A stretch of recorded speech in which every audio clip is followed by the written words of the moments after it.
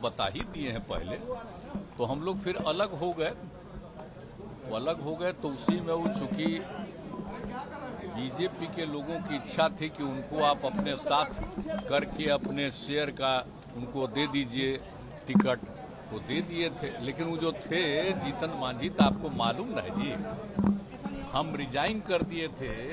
आपको याद है ना 14 की कहानी, लोकसभा के चुनाव के बाद, और हमने अपनी जगह उस व्यक्ति को बना दिया। अब वो अभी क्या बोलते रहते हैं उनको नहीं पता है। पार्टी का कोई नहीं चाह रहा था कि आप छोड़िए, तो हम छोड़ के उस आदमी को और कोई दूसरा नहीं नाम दिया था। हमने इसलिए सोचा कि हम हटेंगे तो हम एक शेड्यूल कास्ट को बनाएंगे, तो ये हम कर दिए थे। और उसका तो उनका ठीक रूप नहीं था, तो 2 ही महीना के बाद पार्टी का लोग, तो हम शुरू में नहीं माने, बाद में हम स्वीकार कर लिए कि कई लोगों को हटा दिया, तो फिर हम लोग आ गए इधर। अब बाद में फिर जब ये आए तो कहे कि रहेंगे, तो हमने कहा कि भाई इतना ज्यादा आप लोगों का काम किया, तो अभी मीटिंग होने वाली है हम लोगों की, आप जानते हैं ना, विरोधी दलों की। यहाँ पर वो जब थे तो वो भी चाहते थे कि वो मीटिंगवा में हम रहें। तो एक बात सबको मालूम था कि जहां कहीं भी वो बीजेपी के लोगों से मिल रहे थे, आप मिल करके फिर हमारे यहां भी आकर के कहते थे ये हुआ, तो हम तो जान ही रहे थे सब बात। तो हमने एक बार कह दिया, और जब मेरे पास मिलने आए तब भी हमने कह दिया कि या तो आपको इतना ज्यादा हमने बनाया, कोई दूसरा नहीं बनाया, या तो अपनी पार्टी को मर्ज करिए, और नहीं तो अलग होना है तो अलग हो जाइए। तो मर्ज नहीं किए, कहा कि ठीक है तो हम अलग हो जाते हैं। अलग हो गए, ठीक ही हुआ। तो उसी का देखिए जरूरी था। अभी 23 तारीख को मीटिंग है, तो सब पार्टी के लोग अपनी अपनी बात करेंगे। अगर ये लोग अंदर रहते तो जो कुछ भी बोलता वो सब बीजेपी को खबर होती। तो इसीलिए आप समझ लीजिए कि ये पहले ही किया, आप लोग जान लीजिए।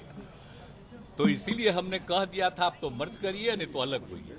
तो हो गए अलग, अब ठीक है हुआ।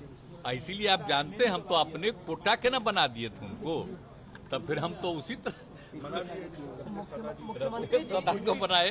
अब रत्नेश सदा को आप लोग जानते ना है जी, कब से हम रत्नेश सदा को हम जान रहे हैं। मीटिंग बुलाया, कहाँ गए, कब से हम जानते हैं। तीसरा टाइम तो हमको लगा कि वो तो ठीक ही है, तो इसी को हम बुला लिए। उसी दिन जब हो गया कि अब वो छोड़ देंगे तो हमने इसको बुला लिया। तो उसी दिन हमने कह दिया और सब लोगों से बातचीत कर ली, और सबसे बात करके इनको कर दिया। और फिर तुरंत गवर्नर साहब से बात किया, उनके इस्तीफा का भिजवा दिया। वो स्वीकार किए, बाहर थे लेकिन फिर भी स्वीकार किए। और तुरंत हम जो नया मंत्री बना उनका भी उसी दिन 13 को ही भेज दिए, तो उनका आ गया। और वो भी बाहर थे, तो आज के बारे में हो गया, और वही आज हुआ है। अरे आपको देखिए, आप समझ लीजिए, तो केंद्र सरकार को अधिकार न है जी, चुनाव तो पहले करा ही सकता है। जिसको बहुमत है वो चाहे तो पहले भी चुनाव करा सकता है।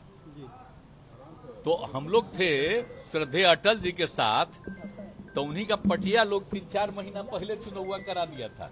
हालांकि अटल जी नहीं चाहते थे, लेकिन फिर भी कर लिया था, हो गया, वो अलग बात है। तो ये तो कभी भी कोई कर सकता है। अगर मान लीजिए अपोजिशन की यूनिटी के लिए शुरुआत किया गया है, तो हो सकता है उन लोगों को लगे कि लोग मिल करके आगे बहुत मूवमेंट करेगा तो ज्यादा नुकसान होगा, तब पहले भी कर सकता है। हम तो ऐसे ही कह रहे हैं, हम थोड़ी कह रहे हैं कि वो पहले कर देगा। मैंने इसकी संभावना हमेशा रहती है, इसलिए पूरा का पूरा हमने सारे पार्टियों को अलर्ट किया कि आप समझ लीजिए, इसलिए मिलकर के लड़िएगा, तभी जाके आपको बीजेपी से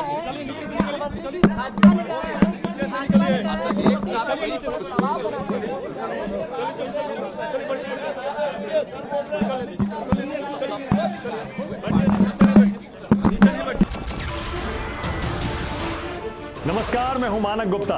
अगर आपको हमारा ये वीडियो पसंद आया हो तो इसे लाइक और शेयर जरूर करें, और हां, हमें सब्सक्राइब और फॉलो करना ना भूलें, ताकि आप देश और दुनिया की कोई खबर मिस ना करें। तो जुड़े रहिए हमारे साथ और देखते रहिए न्यूज़ 24।